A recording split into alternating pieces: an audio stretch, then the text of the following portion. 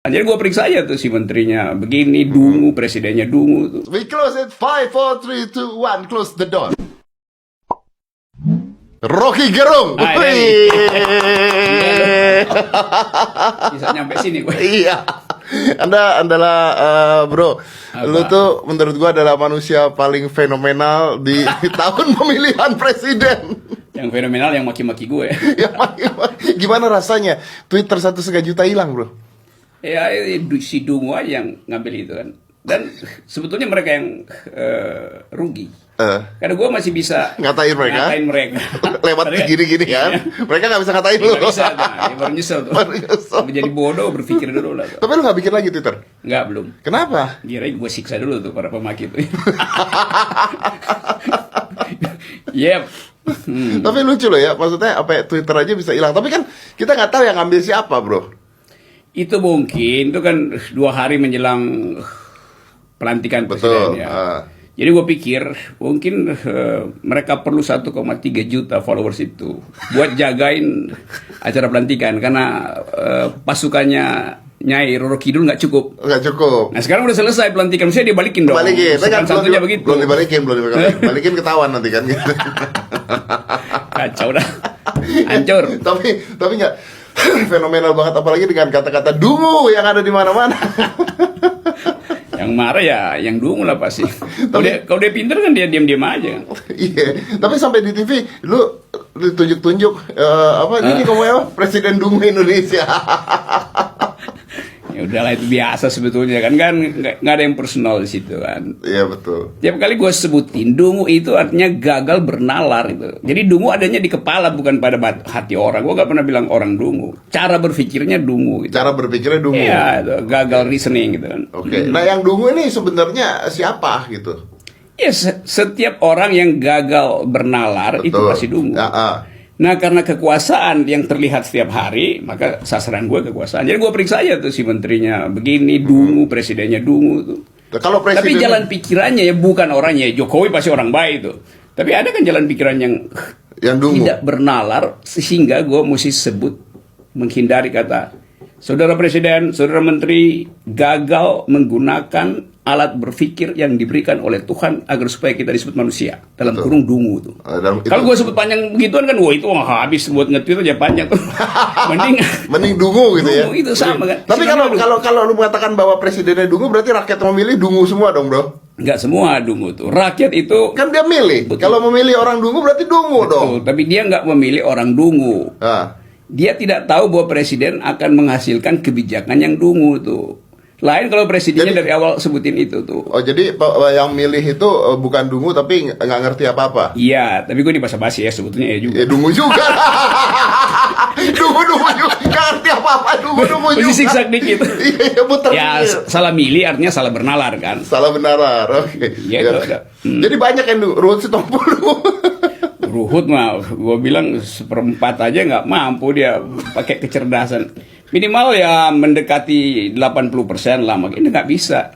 Iya, ya dengan sendirinya dungu, masa mau disebut, kalau disebut cukup berakal tuh kelebihan tuh. Kalau cukup berakal kan artinya mendekati pintar. Iya, dong. jadi tuh mesti disebut gelasnya mendekati kosong gitu. Oh, iya. Gitu lihat. Tapi pertanyaannya begini ya, ini kan negara bicara bebas, ngomong bebas ya. Yes. Lu nggak takut kena ITE? Karena itu gue pakai satire. Kan gue belajar tentang hukum kan. Hukum itu kan tidak mungkin sesuatu yang abstrak itu bisa dibeku. Karena itu selalu gue pakai satire itu. Betul. Itu orang penasaran terus kan. Tapi kan bro, Anda tahu bahwa kadang-kadang hukum ITE juga bisa ngambil orang-orang yang nggak salah. Iya itu cuman orang dungu yang ngambil orang yang nggak salah kan tuh. Makin dungu lagi dia. Gitu. Logik dari hukum ya tentang peristiwa, bukan tentang abstraksi. Tapi nggak pernah ada tuntutan. Ada dong. Ada tuntutan banyak dong. Tuntutan di polisi itu mungkin masih ada 7, tapi dia nggak bisa proses karena dia nggak nemuin delik. Ya, lu tujuannya apa sih bro? Serius? Apa masuk museum rekor Indonesia gitu? Tuntutan terbanyak gitu. 7 loh. Ya sekedar nguji-nguji pikiran orang aja kan. Kan pikiran hukum juga mesti kita uji. Misalnya soal fiksi itu yang gue sebut kitab suci adalah fiksi bila imajinasi itu membuat kita berpikir dalam gitu. Itu sampai sekarang belum dicabut tuntutan itu. Tapi mana ada delik tentang fiksi bisa dibongkar dengan hukum. Dia bisa kalau di seminar. Jadi bisa salahin gue di seminar. Kalau dipanggil ke polisi, polisi bingung sendiri tuh. Gue kasih ensiklopedia, lu baca aja tuh imajinasi itu. The true side of intelligence is not knowledge but imagination. Itu ada di Iya betul, imagination. Iya itu. Nah udah. Jadi kalau misalnya di perguruan saksi ahli, gue bilang tuh tanya Einstein tuh. Nanti tuh arwahnya Einstein jadi saksi ahli, pusing. Jadi lu menggunakan kata-kata yang sebenarnya susah untuk dijelaskan. Satir, sarkasme Iya. satir. Iya, cuman gue nggak mau bocorin caranya tuh ntar. Banyak yang ngikut. Tapi kalau nih misalnya sial-sialan nih, kena lu satu bro, Aha. kena satu, kan masuk juga kalau kena. Masa nggak ada deg-degannya kalau kena? Itu kayak Ahmad Dhani tuh. Ahmad Dhani, teman gue tuh. Ini kena tuh. Iya kan itu gini gue terangin ya. Ahmad Dhani itu kan dia bereaksi ketika dia dikeroyok di Surabaya kan. Lalu dia bilang idiot. Betul. Nah kata idiot itu kata tangkisan sebetulnya, kayak orang menonjok, refleksnya jalan, Betul. gue tangkis. Dia tangkis dengan kata idiot. Jadi nggak dia maksudkan sebetulnya. Kena. Itu reaksi dia kena. Kena. Karena itu bagian itu yang dungunya di situ tuh. Nah, kena. Nah, Apa bedanya dengan seorang Rocky Gerung mengatakan dungu? Kan sama, idiot, dungu, Iya. sama. Nah, karena itu. Ini juga ambigu nih, idiot juga ambigu nih. Kenapa lu kebal hukum? Ini. Anda kebal hukum, Ini gue Anda. terangin ya. Karena waktu itu kata idiot belum dia rumuskan. Gue udah rumusin duluan kan. Dungu artinya gagal nalar. Jadi bukan menghina. Jadi gue kan bilang, gue udah fair, gue udah sebutin kan. Gue pakai definisinya seperti itu. Iya. Atau definisi fiksi itu, gue sebutin definisi gue begini ya. Iya. Dungu. Setelah lu ngomong dulu kan? Ya, enggak, gue definisikan dulu, baru gue pakai buat ngeledek. Oh, lu Jadi fair dong, gimana? Iya, jadi maksudnya begini nih ya, gitu. Baru lu Iya. pakai buat ledek orang ya. Nah itu bikin mereka tersiksa. Oh. Kenapa nggak pakai di kamus? Ya kalau di kamus gue kena delik dong. Kau mesti pakai fair dong. Gue sebutin begini definisi gue. Menurut gua begitu ya, ya. Orang ngotot. Kok menurut lu? Ya jelas aja apa menurut lu. Lu kan dungu, nggak bisa bikin definisi kan. Jadi gue buat definisinya untuk mengamankan satire gitu. Betul. Nah, itu yang tidak dilakukan sama Ahmad Dhani. Ya nyesel juga. Maksudnya dia di samping gue waktu itu. Jadi, Tapi harusnya ketangkep gak dia, bro? siapa? Ahmad Dhani. Gimana ketangkep? Mestinya ketangkep gak? Ya kan dia. Ya nggak, harusnya. Iya kan dia masuk kan? Masuk, tapi menurut lu harusnya hal yang Maksudnya dia lolos dong. Loh, itu kayak tangkis refleks kan. Lain kalau dia rencanakan mengatakan kata idiot itu tuh. Dianggap itu hate speech, bukan. Itu itu respon ya. dia respon. Lu mau ditonjok ya tangkis dong. Dia tangkis dengan kata, dengan kalimat idiot. Kan gitu. Ya, itu sebuah respon terhadap kejadian yang menimpa dia Iya. pada saat itu gitu. Tapi dia disebut sebagai menghina itu atau kalimat yang hate speech. Ya. Itu juga salah kata hate speech itu. Di dalam sejarah peradaban, hate speech itu hanya boleh dihukum bila dia dihubungkan dengan keadaan masa lalu di mana orang merasa terhina. Misalnya lu sebut negro, nggak bisa itu. Karena orang mesti bilang orang hitam itu. Karena negro dulu kata yang menghina. Atau Yahudi. Yahudi pernah tersingkir dalam sejarah Eropa. Jadi nggak boleh jadiin kata itu untuk merendahkan, menghina. Nah kata idiot itu kata sains, kata psikologi itu, bahwa orang kekurangan kemampuan untuk berpikir itu. Nah kata itu bukan kata yang menghina sebetulnya. Dia menghina pribadi tapi bukan jenis hate speech. Hate speech itu mesti ada sejarah jauh ke belakang itu. Contoh misalnya nih.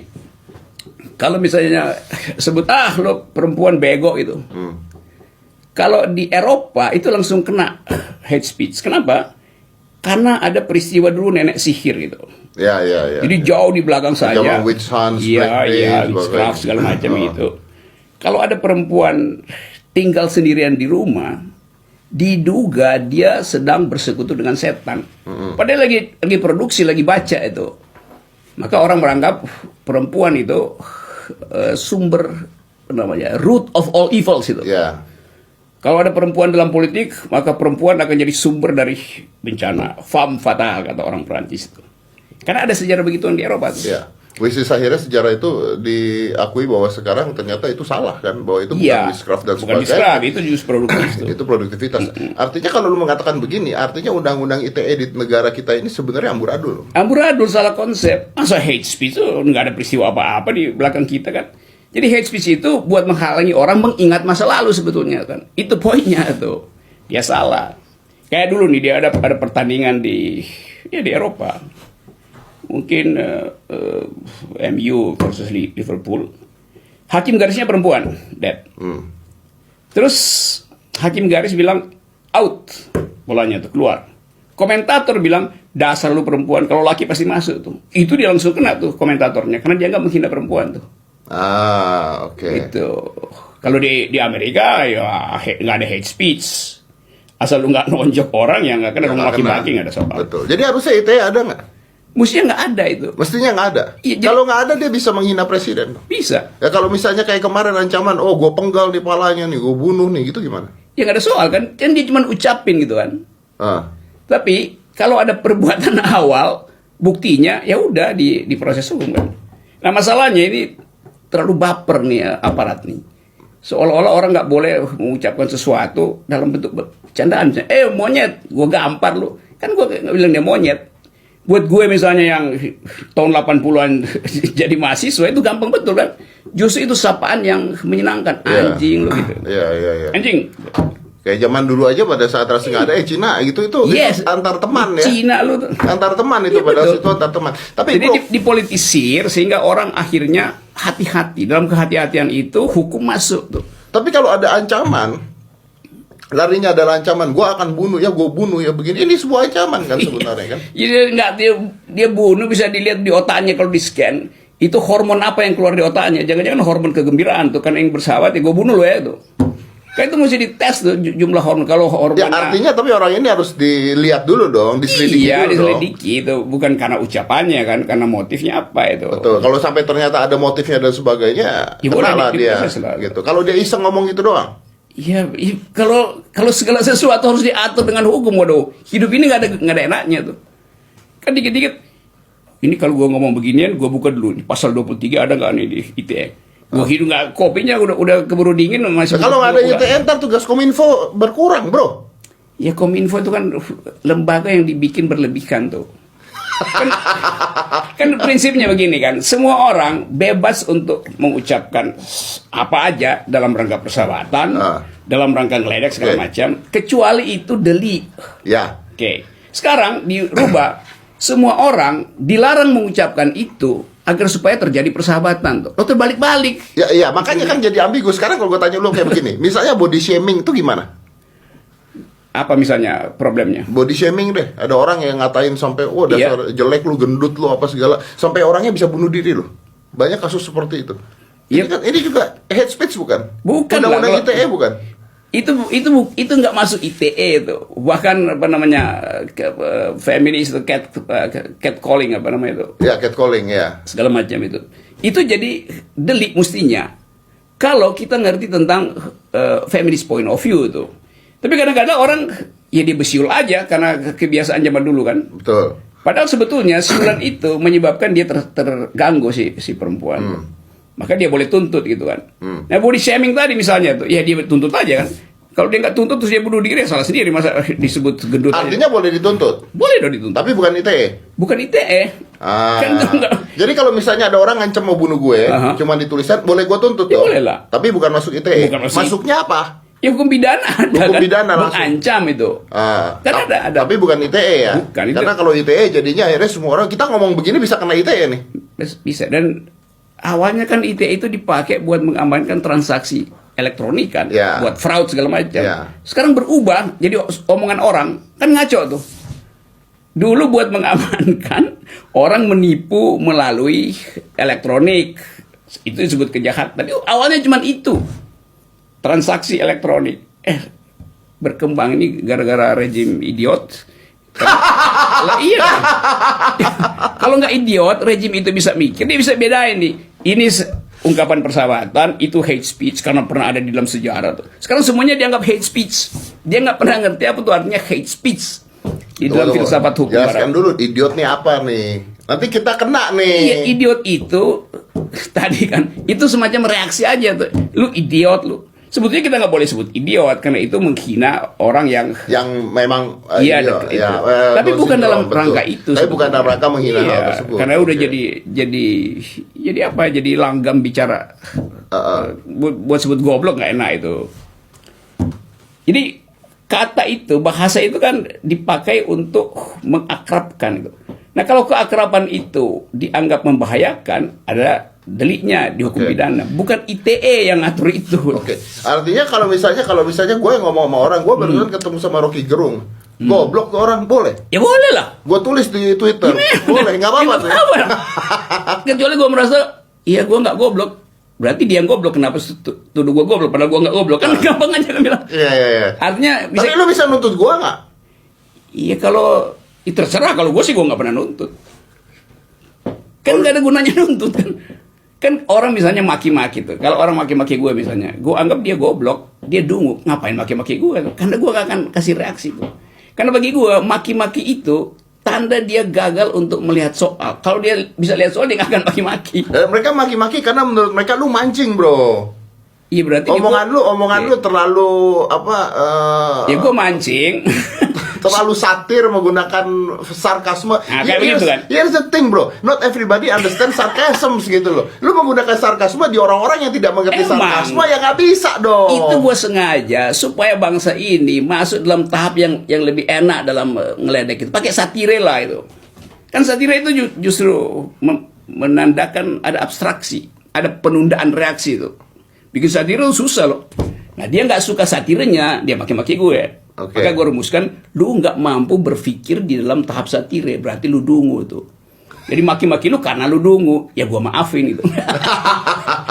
Ya orang dungu dimaafin aja lah, ngapain di penjara. Orang dungu dimaafin ya. Orang dungu dimaafin. Terus yang ngelaporin lu ini siapa aja? Oh banyak lah tuh, cebong dulu kan. Pasti cebong, karena gue kritik kekuasaan kan. Lu kritik cebongnya, Jokowinya, atau kekuasaannya? Itu beda loh, bro. Cebong itu bergerombol untuk mempertahankan kekuasaan. Betul.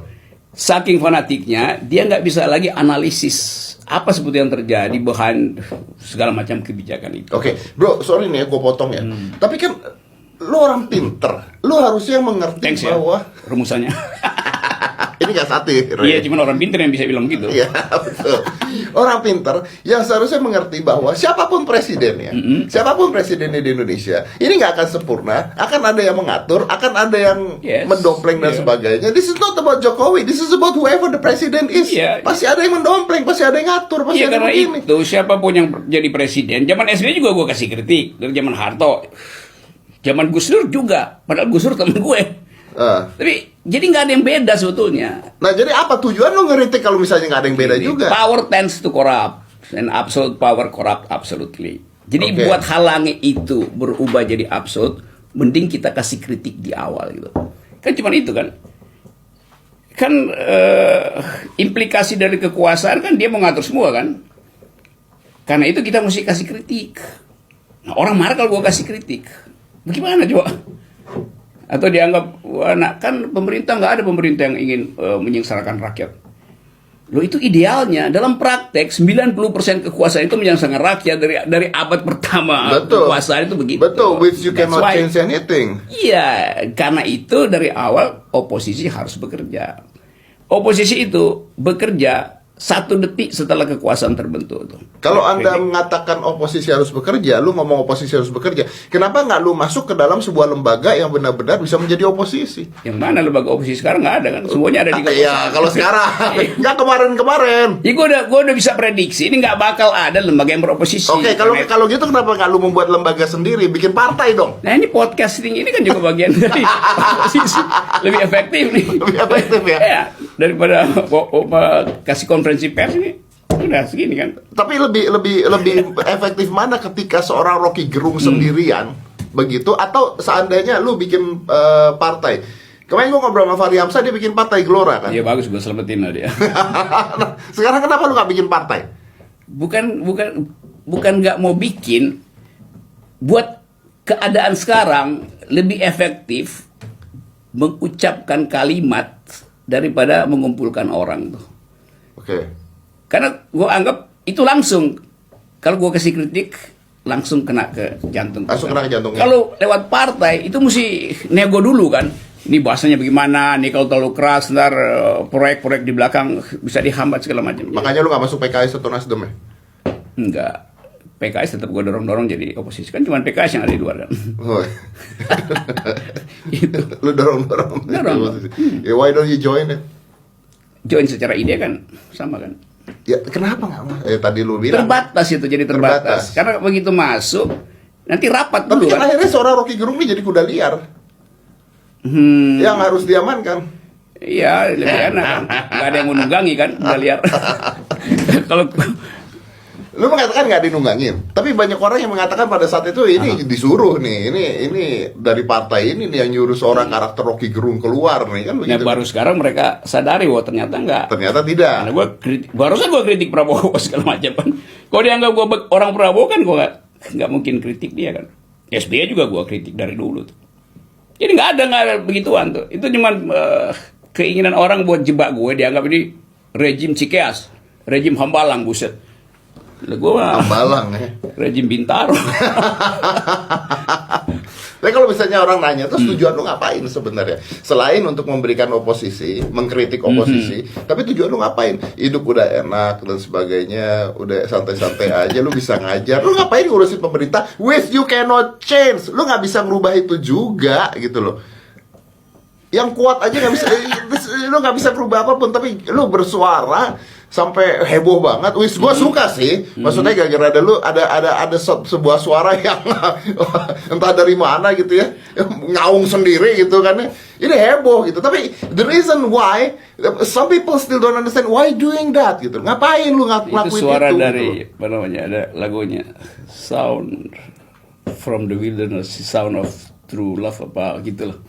Jadi bukan soal itu sebetulnya. Kan waktu kita memilih demokrasi, built-in dalam demokrasi adalah critical discourse itu. Nah, gue ingin agar supaya critical discourse ini diucapkan setiap hari oleh setiap warga negara. Kan cuma dengan cara itu kita rawat demokrasi kan. Nah, kalau nggak ada yang ngucapin, apalagi partai nggak mau ngucapin, ya udah gue omongin sendiri. Walaupun gue bukan politisi, kan sialnya mereka tuduh, lu kan nggak punya partai, nggak punya masa segala macam tuh. Terus ngapain mesti kritik? Lah kalau gue nggak punya masa, nggak punya partai, ngapain kalian takut gue kasih kritik kan? Kan begitu kan? Ya, lu berpikirnya begitu ya? Iya. Karena nggak ada keuntungan buat lu. Nggak ada keuntungan. Hobi gue naik gunung itu daripada masuk keluar istana, mending masuk keluar hutan kan? Ya, anyway dia mau ke Himalaya nanti minggu depan. Itu gue mau jalan lagi ke Himalaya tuh. Dia mau ke Himalaya tahun depan. Nanti masih mau lari lagi. Ini minggu depan ini tanggal 4 November itu. Tapi masalahnya, bro, yang lu kritik tuh hampir semua loh. Kemarin Yes. KPK ya kemarin ya. Iya, semua lah udah. Iya kan? Iya, bro. Kayaknya nggak ada yang benar Indonesia nih. Ya udah gini deh, yang benar apa di Indonesia? Pemerintah kita yang benar apa di Indonesia? Masa nggak ada yang benar sama sekali? Itu yang gue tagih itu apa yang bisa gue kritik? Kan kalau orang Masa nggak ada satu juga yang benar? ya coba kita bikin list misalnya. Ya, oke. Politik, demokrasi merosot, indeks demokrasi merosot dalam periode Jokowi itu. Ekonomi, janjinya 7%, dapatnya 5%. Tuh. 5% itu mak-mak belanja doang, dan ekonomi udah jalan 5%. Tukang ojek jalan 5%. Itu kan bukan kegiatan negara tuh. Jadi tanpa ada negara, ekonomi itu pasti tumbuh 5% itu. Apalagi coba, tugas presiden dalam konstitusi cuma 2. 1, cerdaskan kehidupan bangsa. 2, rawat fakir miskin. Cerdaskan kehidupan bangsa, jalan nggak? Indeks pendidikan kita jauh di bawah Vietnam. Padahal masing-masing sama-sama kita keluarin 25% dari APBN untuk pendidikan. Vietnam nomor 4 dari atas, kita nomor 4 dari bawah tuh. Ya tapi kan kita nggak bisa merubah satu Indonesia hanya dengan kurun waktu 5 tahun. Enggak, ini kan lu tanya tadi apa yang mau dipujiin gitu kan. Oh iya betul. Iya. Jadi ini jawabannya belum ada yang dipuji Belum ada ya. yang bisa dipuji itu. Belum ada yang bisa dipuji. Ya betul. Apakah intelijensi kita meningkat? Nggak mungkin anak didik kita meningkat kalau dia cuma disuruh ngapalin nama-nama ikan gitu kan. Ya nggak mungkin naik lah ilmunya itu. Soal kesehatan, kesejahteraan tuh. Loh sekarang BPJS itu naikin iuran. Padahal tugas negara adalah membiayai kesehatan rakyat. Sekarang dia tagih, yang nggak bayar dapat hukuman. Lo nggak bisa. Kalau orang nggak bayar pun negara ambil alih. Harus tetap diobati mereka ya. Nah, salah negara adalah dia ngobati doang maka mahal. Mestinya dari awal dia biayai supaya orang sehat. Mulai dari rahim ibu mesti dibiayai negara tuh. Supaya nggak bisa lah bro, negara kita belum punya duit. Betul, karena itu gue terlalu ideal begituan tuh. Tapi kalau dibilang misalnya nggak ada anggaran itu, oke, gue lihat reasoningnya, logikanya tuh. Kesehatan itu adalah perintah konstitusi tuh. Infrastruktur bukan perintah konstitusi tuh. Jadi kesehatan dulu sama pendidikan dulu. Karena itu anggarannya dihabisin dulu bagian kesehatan sama pendidikan, baru bikin infrastruktur. Sekarang anggaran kesehatan berapa di BPJS tuh 6 triliun apa? Yang mestinya 23 triliun. Kasih dulu dong di situ tuh. Sisanya baru bikin jembatan tuh, gorong-gorong apa. Nanti kalau lu bikin itu kesehatan dulu, jembatan dan gorong-gorong nggak dibuat, negara lain melihat kita nggak berkembang. Bukan, ya karena itu kan akhirnya kita bikin perbandingan dengan negara lain kan. Kenapa nggak pakai perbandingan misalnya dengan Vietnam itu, yang bikin orang berpikir bagus dulu, baru dia bikin jalan segala macam infrastrukturnya. That's what happened ketika Jepang dibom Nagasaki, Hiroshima. Yang dilakukan sama Jepang adalah pada saat itu kesehatan dan pendidikan dulu yang harus dimajuin pada saat itu. Nah itu contoh misalnya tuh, waktu Hiroshima dibom, Panglima Perang Jepang lapor pada Kaisar Hirohito. Dia bilang begini, Kaisar, kita hancur, bangunan hancur, infrastruktur hancur segala macam. Kaisar bilang begini, coba hitung ada berapa guru yang masih tersisa. Ada berapa guru yang tersisa. Akhirnya Kaisar bilang cukup itu untuk kita bangun lagi sampai 20 tahun ke depan. Ada berapa guru yang tersisa. Jokowi, guru demo ke istana berhari-hari, dia tanya pada menterinya, masih ada berapa guru yang demo di istana? Masih banyak Pak. Kalau begitu kita jangan keluar. Ngumpet aja. Dia nggak mau bertemu dengan guru. Hirohito bertemu dengan guru tuh. Dia pakai guru sebagai infrastruktur untuk bangun ulang Jepang. Kita enggak. Ya kalau gitu misalnya. Kita bicaranya seperti itu larinya panjang, karena gue juga sering ngundang guru-guru di acara gue, dan ternyata memang gaji mereka tuh sangat amat kesian. Ya karena itu kan nggak bisa kita puji kan suksesnya Jokowi dalam bidang pendidikan.